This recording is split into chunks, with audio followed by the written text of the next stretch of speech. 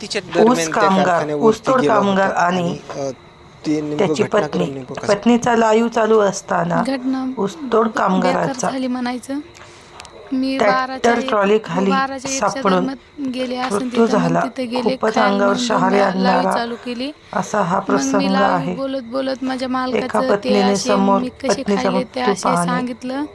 तिथं ते सुद्धा माणसं दुसरं लाईव्ह मध्ये. ड्रायव्हर खाय आले होते. मग बघा त्यांचं ती मी काय म्हणते आहे. दाखवत पुढे चलत होते. मग मी पुढे चलत एकाएकी त्या ट्रॅक्टरनं धडक देणं आणि पलटीनं बक्कून वाजले की मी मागं फिरून बघितलं तर तसं झालेलं होतं.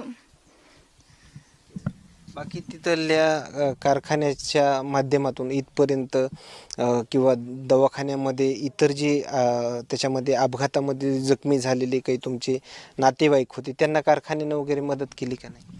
त्यांना कुणीच काय मदत केली नाही. कारखान्यावरला आमच्याकडं